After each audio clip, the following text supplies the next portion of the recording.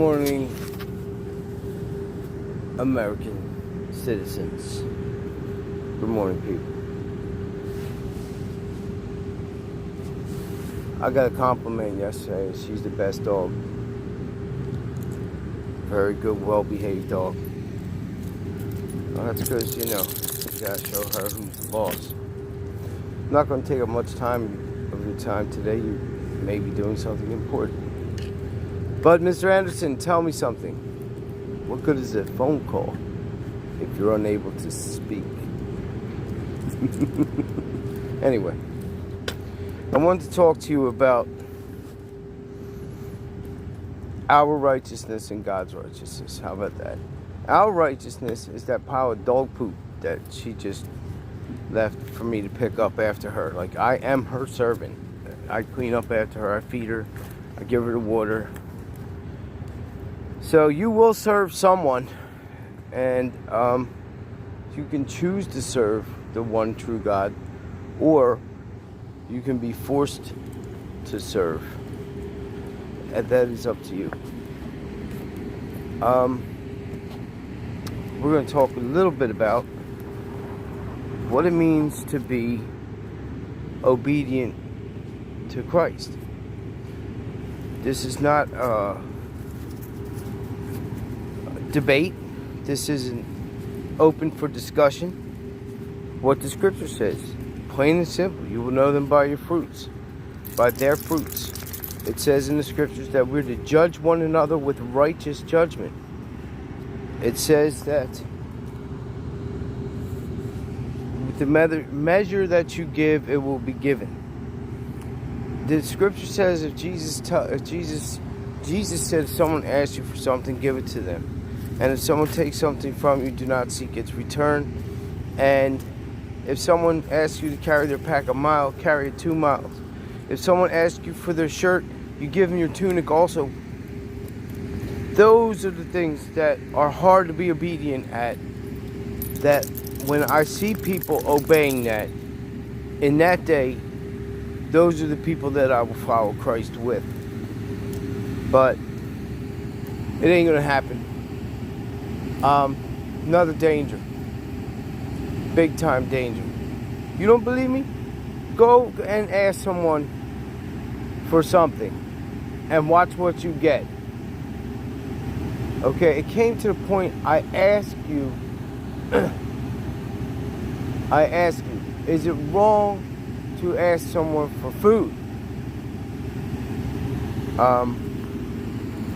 Not if they're your brothers. Okay, but now this could all be in my head. But I'm sure somewhere there's a record. I would hope there would be a record of something such as the sermons that I felt kind of directed directly at me. Particularly the one about the melancholy, about the depression being a sin. I'm sorry, but there's nothing we can do about that. That is a physical, horrible physical pain that has been occurring to millions of people. And it's not something that we want or are asking for or are cultivating. We're not generating this willingly. This is something that's happening to us.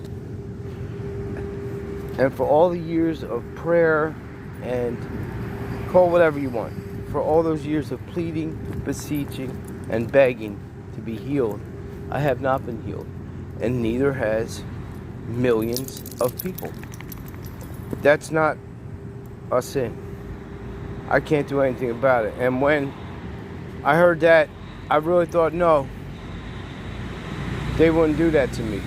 I thought, no, this is not a sermon about me. Because I was like, wait a minute. I've heard that when months ago, there was a sermon about, look, there's been a couple that I've sat there through that I'm like, wait a minute, that's not directed at me, is it? Because sometimes you're sitting in church and you know that God will speak to you through someone up there, but not directed at you. In other words, you are the subject of said sermon. I said, no, that's not true. And then I got an email that said pretty much what I was thinking. But this ain't even about that. This goes back for a couple months now. I don't know how to act, what to say around anyone. Not liked in the first place. That is just the way it is. And you can't know how bad it hurts. And it has nothing to do with Mennonite or Amish or whatever. This has to do with obedience and in servitude to the one true God. Okay? And I go to a Mennonite church because the women are dressed appropriately. Your children are dressed appropriately. There's praise that is not entertainment. It's praise. It's glorifying to God and glorifying God. If you can understand what I'm saying. If you want your concert, then go to the concert, man. Jump up and down. Wave your hands in the air. Sing it like you just don't care. Speak in tongues. Do whatever you want to. If it's directed by God, but I don't need that. I don't need to be entertained when I go to church. There's YouTube for that. If you're looking for entertainment, please go somewhere else. Because you're not supposed to be there for you. You serve the high God, then you're there to serve the high God. Do you understand that we are ants? We absolutely are ants. And he is the kid with the magnifying glass, so to speak, but the one that knows how to not use it. That's who he is. All dogs are cute. Just don't want to look like them, but they're cute dogs. All cute. Thank you. But all dogs, pit bulls are not cute. Not me. They're not cute. Sit. Pit bulls are really cute. Good girl. I got stories about people with legs, so I don't want to do that. Yeah, there's a lot of bad dogs. Alright, so he's not the kid. I mean, look at it from this point of view, please. He is the one with the magnifying glass, not us. And if he chose to, he could start laser beaming the sun on you at any time. But doesn't, because of his grace. We've all broken the law written before men existed, before time was. So it's a good indication that you can't go home anymore when the sermons are about you. And maybe it's not. It's possible, still possible. After, I'm gonna say 3, but it's probably more around the upper neighborhood of more than that. But never ask me what I need either.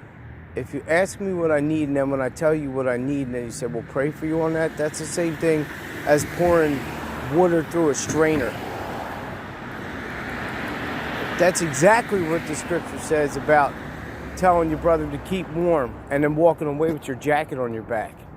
That's exactly what the scripture's talking about. Now, I guess that for a while, I don't know. I went there because first it was convenient, and then I was testing them. I expected, really though, I did kind of expect someone to give my daughter a puppy. I did kind of. Yup. So, sorry about that. But why is that right there?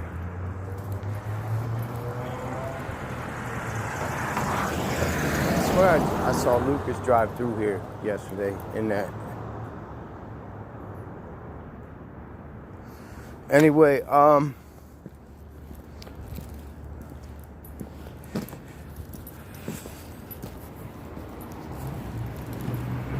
tired of it. I know who I am, and it's a maggot in a pond full of maggots.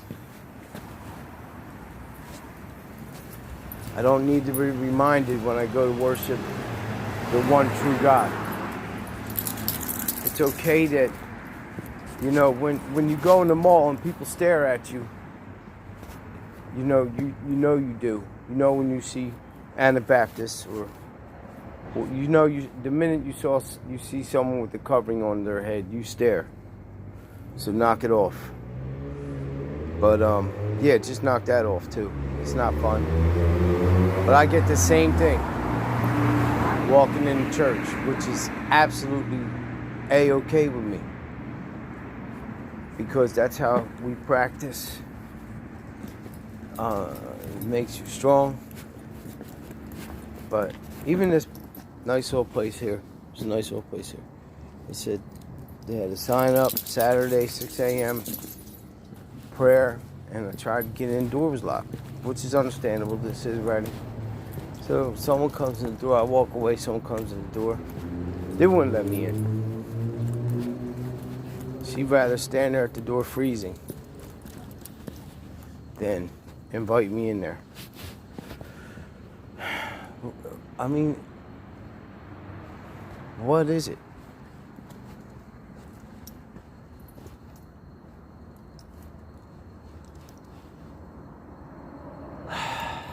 Who knows what the coronavirus is going to do to us? I'm not talking about physically. I mean, it really is pretty much like the flu. I mean, the fact that we created it without a vaccine, but there's a vaccine. The ones who made it had the vaccine, except for the guy that volunteered to issue it to the world. Yeah, there is a movie just like that, and yes, they did just that. I'm not talking about physically. I'm talking about what's going to happen to us financially. And will that be enough to cause the global economic problems that will start the world war that will... I mean, because you know what's good for war, for a failed economy is war. It's always good for an economy. Just not the economy of the people that's being unleashed on, like those people in Syria. Donald Trump said everybody's happy. But you know what you're going to do? You're going to vote for him again. But is he any better than anybody else?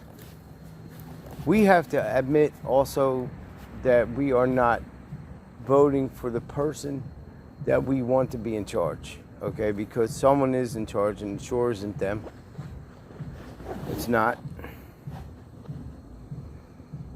One more thing that I will be told over and over again is to not worry. Don't be afraid. Trust in God. But I'm not the one locking my doors at church. 10 o'clock. Good morning. Good morning. 10 a.m. on the dot. And the doors were still locked, man. It made me feel kind of not welcome. But then I rang the bell. And there's a old saying, you only ring once. Maybe. But yeah, I rang the bell. And I waited 15 minutes and no one came. So that was kind of like, I don't look for portents and signs and such. But I just decided at that moment that, well, that's enough of this.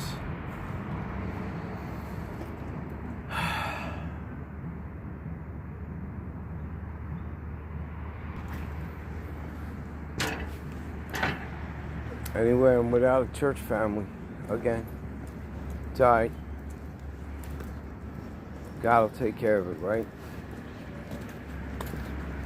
I tried going back. I did. I did what I could, and it just is not going to work. That was after the you're looking for a handout comment thing. That's not what happened.